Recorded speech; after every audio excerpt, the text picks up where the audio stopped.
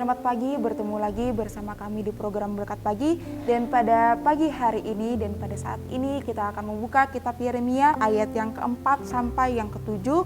Firman Tuhan pada pagi hari ini bertema kembali ke jalannya Tuhan. Kitab Yeremia ini pada bagian ini berbicara tentang dosa dan hukumannya, yang artinya bahwa setiap perbuatan dosa dan pelanggaran yang dilakukan oleh anak manusia pasti menerima namanya penghukuman dari Tuhan. Mengapa? Karena manusia diciptakan Allah segambar dan serupa dengan Allah, yang tujuannya hanya untuk memuliakan Allah melalui tutur kata kita, tutur kata, pikiran dan perbuatannya.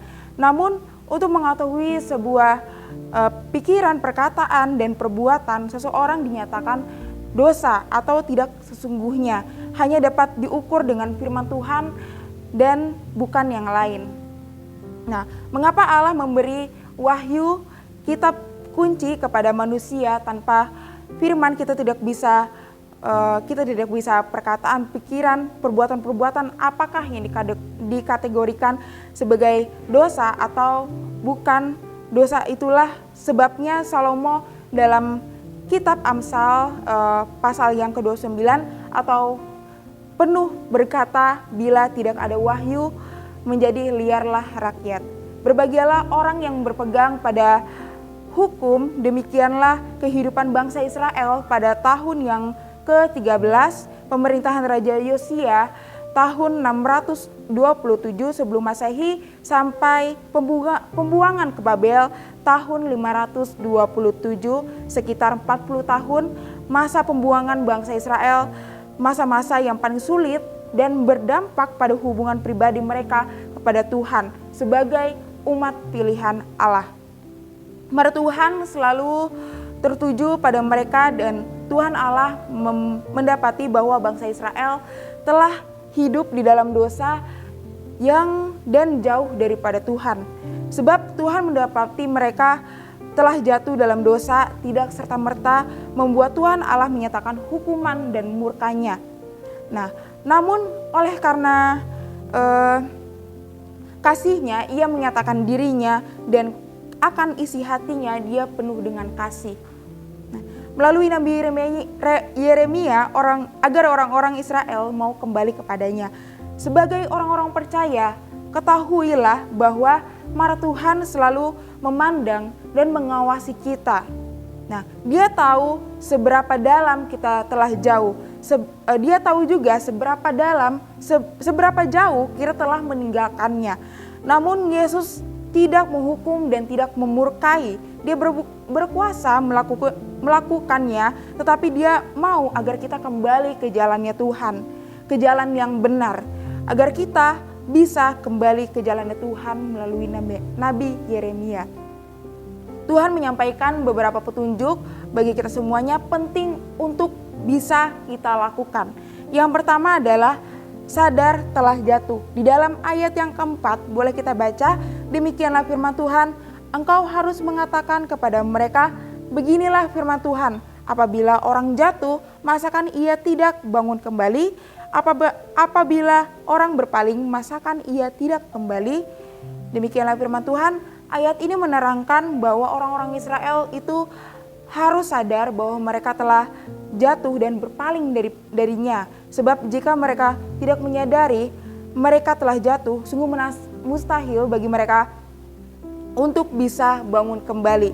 Apabila mereka tidak menyadari bahwa mereka telah berpaling dari Tuhan dan jauh dari jalan Tuhan, sungguh mustahil mereka bisa kembali. Untuk itu dibutuhkan namanya kesadaran diri bahwa mereka telah jatuh ke dalam dosa. Ya, sudah jatuh ke dalam dosa. Nah, artinya bahwa Tuhan menghendaki agar kita mau menjadi orang-orang percaya yang benar-benar mau menyadari bahwa kita telah jatuh dari dalam dosa dan bersedia untuk bangkit kembali dari kejatuhan. Nah, Tuhan juga menghendaki agar kita menjadi orang-orang percaya benar-benar menyadari bahwa kita telah jatuh ke dalam dosa dan mau menyadari dan mau kembali ke jalan yang benar. Nah, kekuatan yang membuat kita bangun dari kejatuhan kita di dalam dosa dan juga bisa kembali dan bisa membawa kembali ke jalan yang benar, kita harus mempunyai namanya kesadaran diri, saudara yang dikasih Tuhan. Nah, poin yang kedua, petunjuk penting untuk bisa kita lakukan.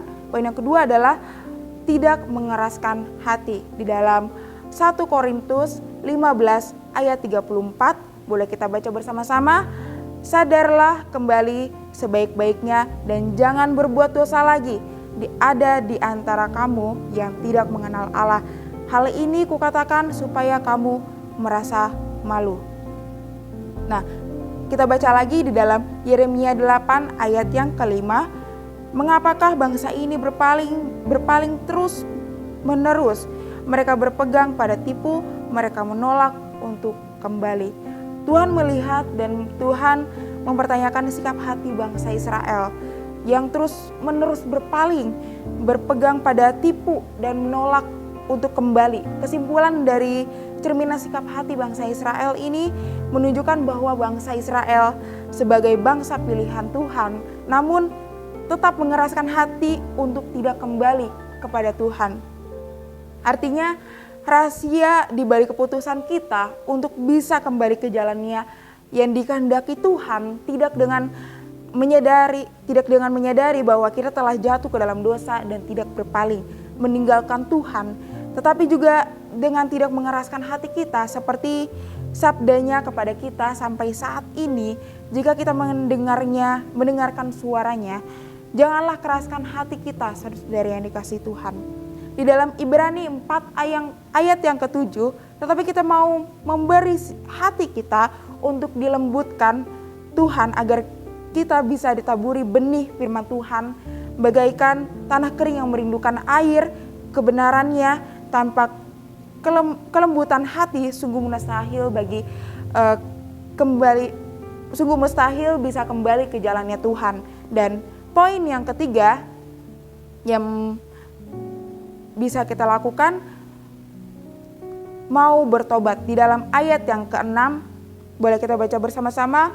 Aku telah memperhatikan dan mendengarkan, mereka tidak berkata dengan jujur. Tidak ada yang menyesal karena kejahatannya dengan mengatakan, apakah yang telah kukatakan ini? Sambil berlari semua mereka paling seperti kuda yang menceburkan diri ke dalam pertempuran.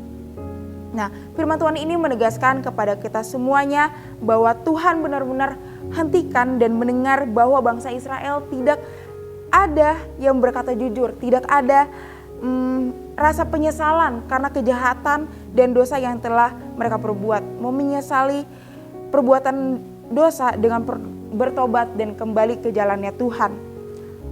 Padahal langkah penting seorang yang telah jatuh ke dalam dosa ialah dengan rasa menyesal, bertobat dan kembali kepada Allah. Artinya setiap derap langkah kita, kemanapun kita berada, dimanapun kita berada, selalu diperhatikan Tuhan. Sekecil apapun perbuatan dosa kita, apapun itu, sepintar kita menyembunyikan dosa, Tuhan memperhatikan dan Tuhan ketahui semuanya itu. Semuanya pasti terbuka di matanya Tuhan, saudara yang dikasih Tuhan. Oleh karena itu, sadarilah, sesalilah dan bertobatlah. Sekecil apapun, sederhana apapun dosa kita, dosa yang kita sembunyikan, dan kembali ke jalannya yang telah ditunjukkan Tuhan. Nah, firman Tuhan yang telah mengajarkan kepada kita semuanya untuk bisa melakukan beberapa hal yang seperti yang telah dijelaskan tadi. Yang pertama adalah sadar telah jatuh, yang kedua tidak mengeraskan hati, yang ketiga mau bertobat. Percayalah bahwa apabila kita berani melakukan langkah-langkah ini, maka sudah dapat dipastikan bahwa dalam dan segelap apapun kita telah jatuh, sejauh apapun langkah kita pergi meninggalkan Tuhan, kita bisa bangkit dan kembali ke jalannya, dan Dia pasti menerima kita kembali dengan penuh kebahagiaan dan kehangatan kasih-Nya, tanpa memperhitungkan seberapa dalam kita jatuh ke dalam dosa dan tanpa memperhitungkan seberapa jauh kita telah meninggalkannya. Nah, sehingga kita pada sampai akhirnya hidup kita tidak dalam hubungannya dengan Tuhan dipulihkan dan diberkati oleh Tuhan. Nah, biarlah firman Tuhan pada pagi hari ini menolong dan memberkati kita semuanya. Demikianlah firman Tuhan, Immanuel, Allah beserta kita. Kami perlu